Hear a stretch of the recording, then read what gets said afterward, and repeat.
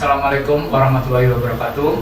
Saya Rubianto dari SMP Negeri 81 Jakarta, Jalan Monumen Pancasila Sakti, Lubang Buaya, Jakarta Timur.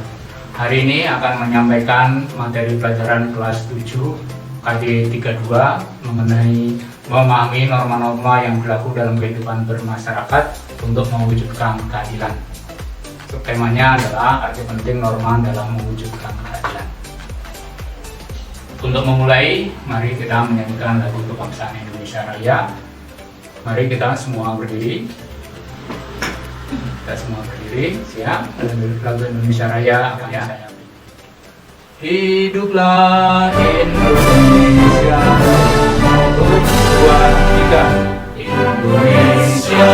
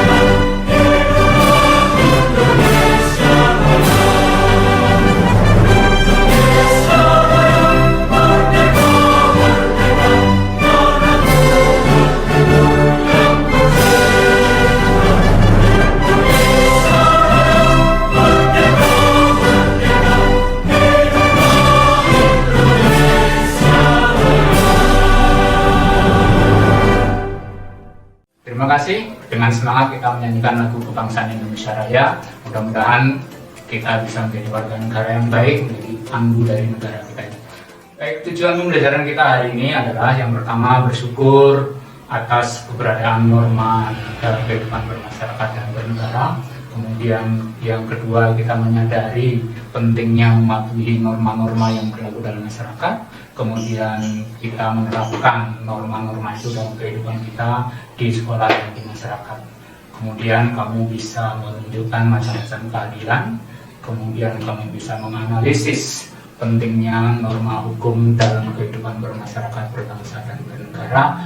Dan yang terakhir, kamu bisa menyusun laporan hasil telah tentang pentingnya norma dalam mewujudkan keadilan. Oke, KKM kita 75 ya, jadi diharapkan semua bisa mencapai itu. Untuk mencapai tujuan tersebut, paling tidak selain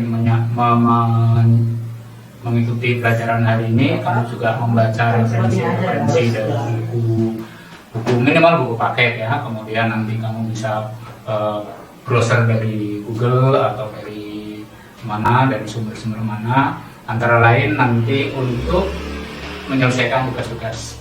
Jadi menyelesaikan tugas-tugas tidak hanya dari materi yang Bapak sampaikan, tapi kamu bisa mencari yang lebih luas dari sumber mana-mana saja. Oke, terima kasih. Bisa dipahami? Baik, kita mulai. Kemarin kita bicarakan mengenai norma. Kamu sudah pahami tentang arti norma, tujuan norma, sumber norma, dan sanksi. Nah, norma-norma tadi itu antara lain adalah untuk mencapai keadilan. Jadi selain manusia membuat norma, manusia punya nilai. Nilai apa? Salah satunya adalah keadilan. Bahwa manusia ingin mencapai keadilan. Jadi sesuatu yang dianggap baik itu adil. Nah, bagaimana untuk mencapai adil? Salah satunya adalah dengan norma. Nah, materi kita adalah pentingnya norma untuk mewujudkan keadilan. Norma sudah kita lihat kemarin, nah sekarang kita lihat keadilan. Apa itu keadilan? Ya, mari kita kaji bersama. Pertama, apa itu adil? Ya. Adil adalah memberi sesuatu sesuai dengan haknya, tidak berat sebelah, tidak memihak, menempatkan sesuatu di tengah-tengah. Seperti timbangan itu loh, seperti timbangan kiri dan kanan itu sama. Ya, itu sama baru adil, artinya seimbang. Ya. Jadi adil adalah seperti itu, sesuai dengan hak dan kewajibannya. Jadi hak dan kewajiban seimbang. Itu adil. Bagaimana dengan keadilan? Keadilan secara umum itu bisa kita artikan sebagai hal yang berkenaan dengan sikap dan perilaku kita dalam hubungan antara sesama manusia, memperlakukan manusia sesuai dengan hak dan kewajibannya. Jadi keadilan itu adalah suatu keadaan di mana sudah seimbang antara hak dan kewajiban, apa yang harus diterima, apa yang harus diberikan. Ini keadilan. Jadi sekali lagi kita ulang, apa itu adil dan keadilan? Adil adalah memberikan sesuatu sesuai dengan haknya, tidak berat sebelah, menempatkan sesuatu pada tempatnya, di tengah-tengah, tidak berpihak, dan tidak sewenang-wenang. Keadilan adalah suatu keadaan di mana kita memperlakukan orang lain itu sesuai dengan haknya, sesuai dengan kewajibannya. Kita memberikan kepada orang lain itu sesuai haknya. Baik, tadi keadilan sudah kita pahami. Nah, sekarang keadilan itu ada bermacam-macam. Ya, karena memang keadilan itu untuk mewujudkan memang agak susah. Nah, untuk mewujudkan keadilan ini kita bagi-bagi supaya keadilan itu bisa dicapai. Yang pertama adalah keadilan komutatif. Keadilan komutatif artinya semua orang adil kalau memperoleh sama atau diberlakukan sama semua. Misalnya kamu di rumah, kamu punya kakak, punya adik, bertiga itu ya, contohnya ya bertiga. Nah, ini tiga-tiganya diberi uang jajan, sama-sama diberi uang jajan. Di sekolah, kamu yang kelas 7, kelas 8, kelas 9, adil kalau semua memakai pakaian seragam. Hari Senin putih biru, hari Selasa putih biru, hari Rabu pramuka, hari Kamis batik. Adil semua. Adil komutatif. Semua pengendara kendaraan bermotor harus mempunyai SIM, surat izin mengemudi. Apakah dia laki-laki, apakah dia perempuan, apakah dia PNS, apakah tentara, juga polisi, atau pedagang dan sebagainya. Nah, itu adil komutatif. Jadi semua sama. Tentu akan tidak adil kalau berbeda. Ya, misalnya tadi di rumah kamu bertiga ini sama-sama diberi uang jajan. Adil.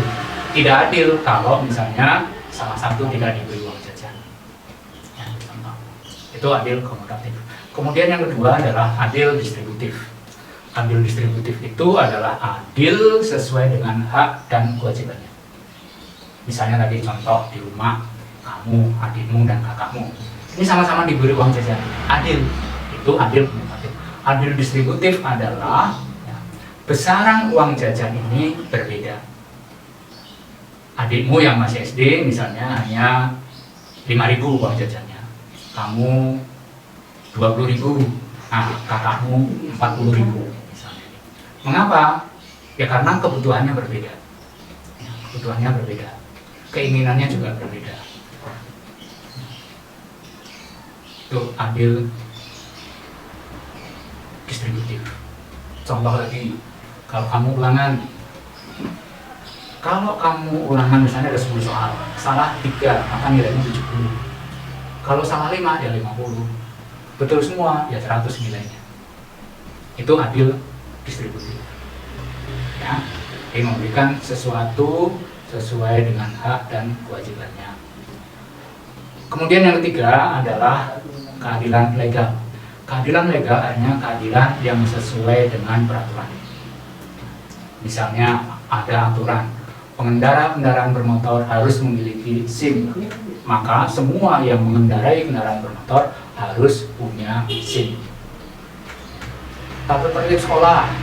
Misalnya, hari Senin memakai seragam putih biru, maka adil kalau hari Senin seorang siswa memakai putih biru. Ya. Nah, kalau kita kembali kepada sanksi, maka kalau dia hari Senin itu memakai seragam pramuka, padahal tidak ada kegiatan, maka akan adil kalau dia dinyatakan bersalah, dia melanggar tata tertib. Ya. Nah, jadi itulah contoh macam-macam keadilan. Kita 3 saja ya, jadi sebenarnya banyak, tapi paling tidak kamu pahami 3 dulu ini: komutatif, distributif, legal. Bisa menyebutkan ya, bisa melafalkan ya: distributif, komutatif, legal. Distributif, komutatif, legal. Komutatif semua sama, distributif sesuai dengan hak dan kewajibannya, legal sesuai dengan peraturan. Baik, macam-macam keadilan tadi sudah kita lihat ya. Nah, bahwa keadilan itu ingin kita capai. Nah, untuk keadilan itu kita capai, maka norma-norma harus dijalankan oleh semua orang. Semua orang itu ya siapa saja, saya, kamu, bapakmu, ibumu, tetangga kita, kiri kanan, pejabat, negara, dan sebagainya. Tetapi harus kita menyadari bahwa melaksanakan norma-norma itu bukanlah hal yang mudah. Karena satu dan lain hal, mungkin karena kepentingan kita sama, karena kepentingan kita berbeda, karena tujuan kita sama, karena tujuan kita berbeda, maka bisa menimbulkan pertentangan. Nah, dalam hal ini negara kita jadikan alat untuk memaksa supaya orang patuh pada norma. Nah, bagaimana negara menjalankan supaya orang itu patuh kepada norma? Nah, negara membuat alat, membuat sarana supaya orang patuh kepada norma. Apa alatnya? Pertama, polisi. Polisi itu diadakan oleh negara untuk memaksa orang pada patuh pada peraturan. Ya. Kemudian jaksa. Nah, jaksa di sini mewakili negara. Jadi kalau misalnya ada orang yang melanggar hukum, ditangkap oleh polisi. Ya. Nah, setelah ditangkap oleh polisi, aturannya bahwa si pelanggar tadi harus diberi sanksi. Supaya apa? Supaya dia tidak melanggar lagi. Kemudian orang-orang yang tidak melanggar itu melihat dia, loh kalau kamu melanggar peraturan itu loh akibatnya kamu ditangkap polisi. Nah, setelah ditangkap polisi, nah jaksa ini mewakili negara. Jaksa lah yang menuntut si pelanggar tadi bahwa dia melanggar peraturan. Jaksa membuktikan bahwa seseorang itu bersalah.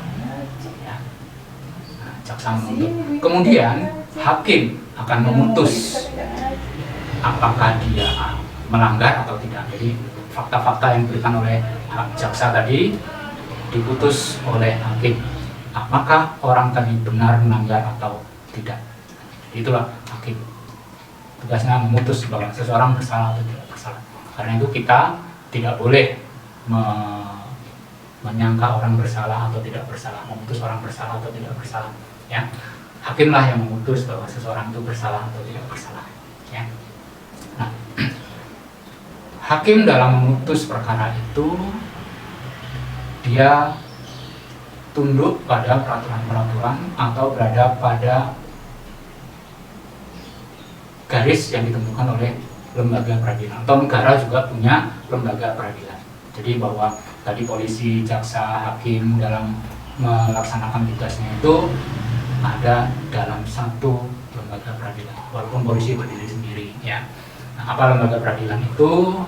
Nanti kamu bisa lihat sendiri ya. Lembaga peradilan ini kita hanya sampai pada polisi, jaksa, dan hakim. Nah, lembaga peradilan nanti kamu akan lihat di kelas 2 di kelas 8 yang lebih luas.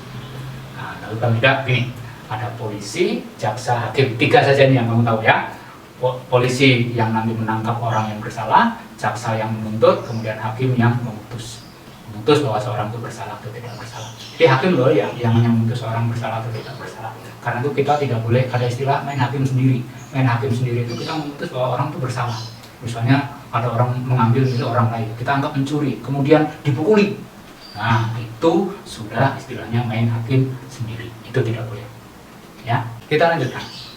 Kita sampai kepada bagian akhir dari pelajaran ini, yaitu arti penting norma dalam mewujudkan keadilan.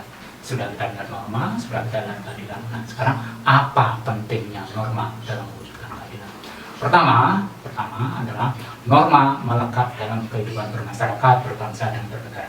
Artinya bahwa norma itu ada dalam masyarakat. Selagi ada masyarakat, selagi ada hidup bersama, maka akan ada aturan. Ya. Yang kedua, norma diperlukan untuk mewujudkan dan menjaga kehidupan bersama yang harmonis. Jadi aturan-aturan itu, kaidah-kaidah itu dibutuhkan supaya kehidupan kita harmonis.